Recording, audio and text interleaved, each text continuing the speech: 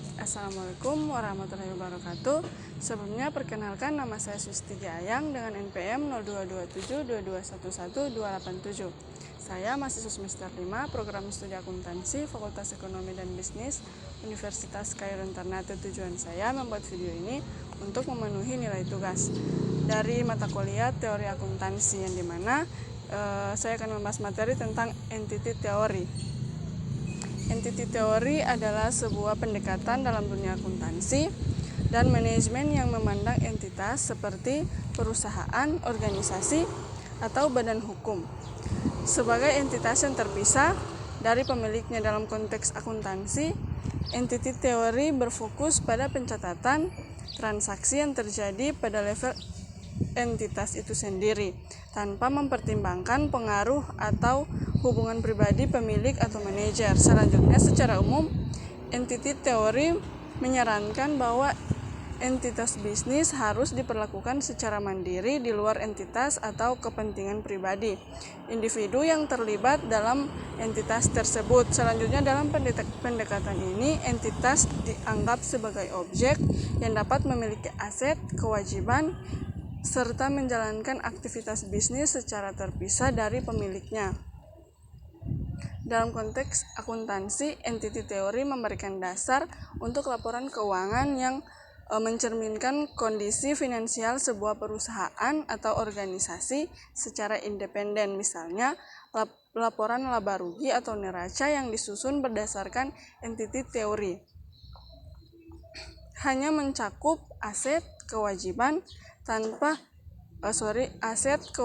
dan ekuitas pemilik entitas tersebut tanpa memperhitungkan kepemilikan atau perubahan pribadi pada pihak-pihak terkait. Selanjutnya, salah satu aspek penting dari entity theory adalah bahwa transaksi yang terjadi dalam entitas harus dilaporkan berdasarkan entitas itu sendiri. Sebagai contoh, jika seorang pemilik perusahaan membeli mobil untuk penggunaan bisnis, pembelian tersebut dicatat sebagai aset entitas, bukan aset pribadi pemilik.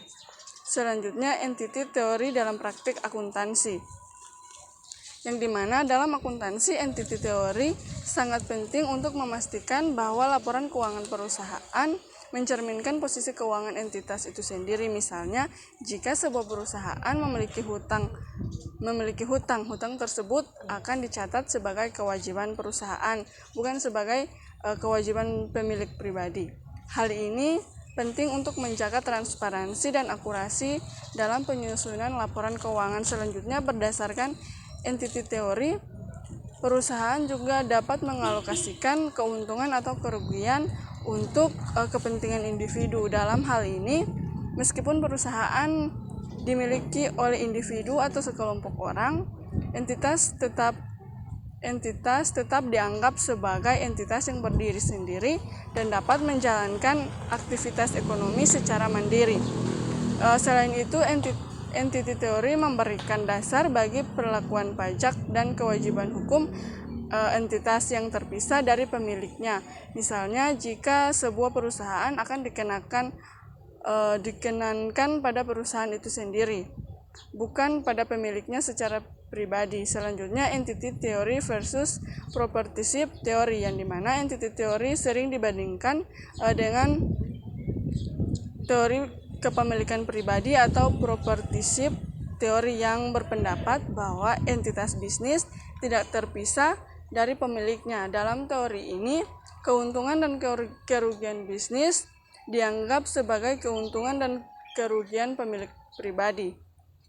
Selanjutnya, perbedaan mendasar antara entity theory dan proprietorship theory adalah bahwa entity theory, perusahaan dianggap sebagai entitas yang terpisah, sementara dalam proprietorship theory tidak ada perbedaan antara perusahaan dan pemiliknya. Namun, entity theory lebih sering diterima dalam praktik akuntansi modern, terutama karena memberikan gambaran yang lebih jelas dan objektif tentang posisi keuangan perusahaan. Dalam hal ini, entity theory lebih cocok digunakan untuk perusahaan besar yang memiliki lebih dari satu atau yang berbentuk badan hukum seperti perseroan terbatas atau PT. Selanjutnya ada contoh penerapan entity theory dalam bisnis. Misalnya, sebuah perusahaan bernama PT ABC. Dalam entity theory, semua aset dan kewajiban dimiliki oleh PT ABC akan dicatat sebagai bagian dari neraca perusahaan tersebut, bukan sebagai bagian dari neraca pemilik perusahaan. Jika pemilik perusahaan tersebut menginvestasikan uang pribadi pada modal perusahaan, meskipun uang tersebut milik pribadi, uang tersebut tetap dianggap sebagai modal yang dimiliki oleh entitas bisnis atau PT ABC dan akan dicatat sebagai ekuitas perusahaan. Begitu juga dengan transaksi lain seperti pembelian properti atau peralatan untuk digunakan dalam operasi bisnis. Properti atau peralatan ini akan dianggap sebagai aset perusahaan, bukan sebagai aset pribadi pemiliknya. Dengan demikian, entity theory memastikan bahwa laporan keuangan perusahaan dapat mencerminkan keadaan yang benar-benar sesuai dengan posisi dan kinerja perusahaan itu sendiri, bukan mencampur adukan dengan posisi pribadi pemilik. Selanjutnya ada manfaat entity theory dalam pengelolaan bisnis. Entity theory memberikan banyak manfaat dalam pengelolaan bisnis, terutama dalam hal akuntansi dan laporan keuangan. Salah satu manfaat utamanya adalah memastikan bahwa entitas dapat diukur dan dievaluasi secara objektif tanpa adanya pengaruh pribadi dari pemilik atau manajer.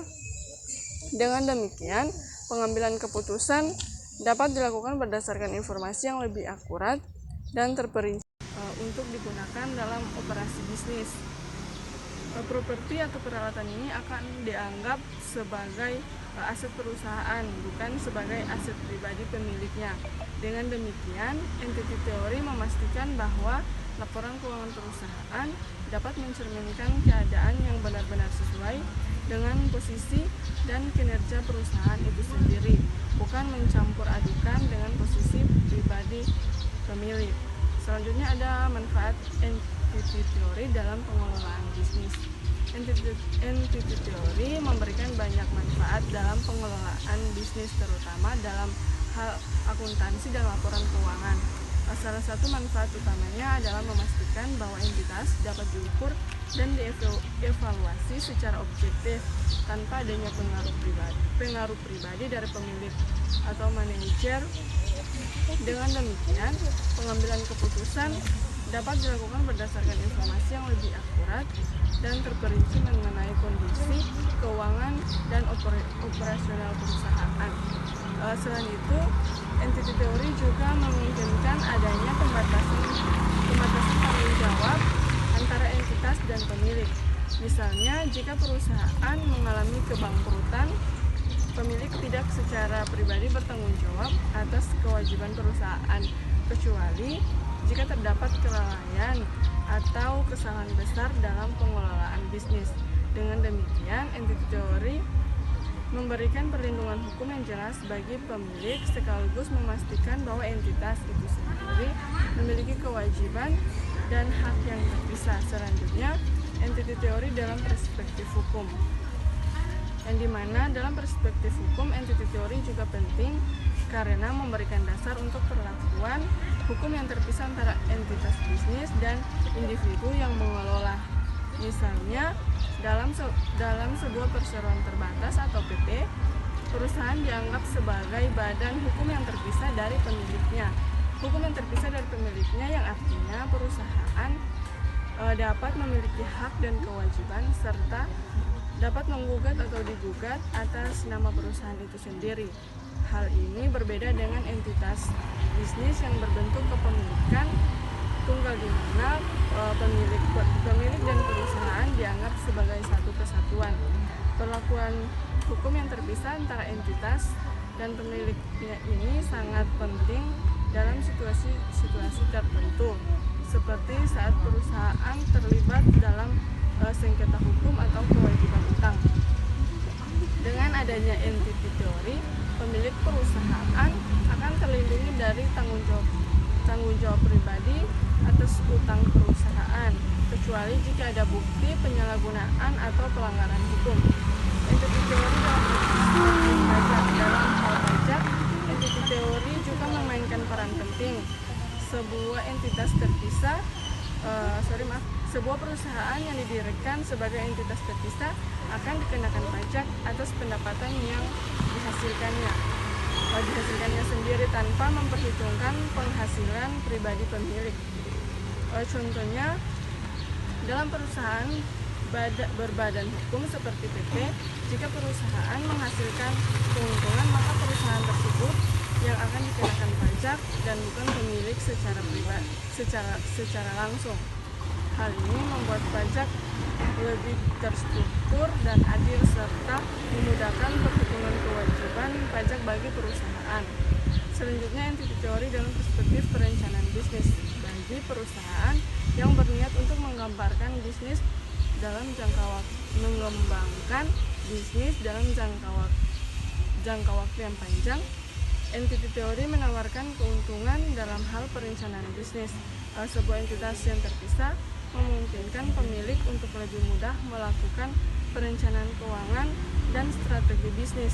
Pemisahan antara aset pribadi dan aset perusahaan mempermudah pengelolaan dan perencanaan baik dalam hal pengalokasian modal dan pembagian keuntungan maupun pengambilan keputusan strategis lainnya. Dengan entity teori, perusahaan dapat merencanakan pengembangan usaha secara lebih sistematis karena laporan keuangan yang disusun mencerminkan keadaan entitas yang objektif dan akurat. Hal ini juga akan sangat membantu perusahaan ingin menarik investor atau mengajukan pembiayaan, karena investor dan pemberi pinjaman cenderung lebih percaya pada perusahaan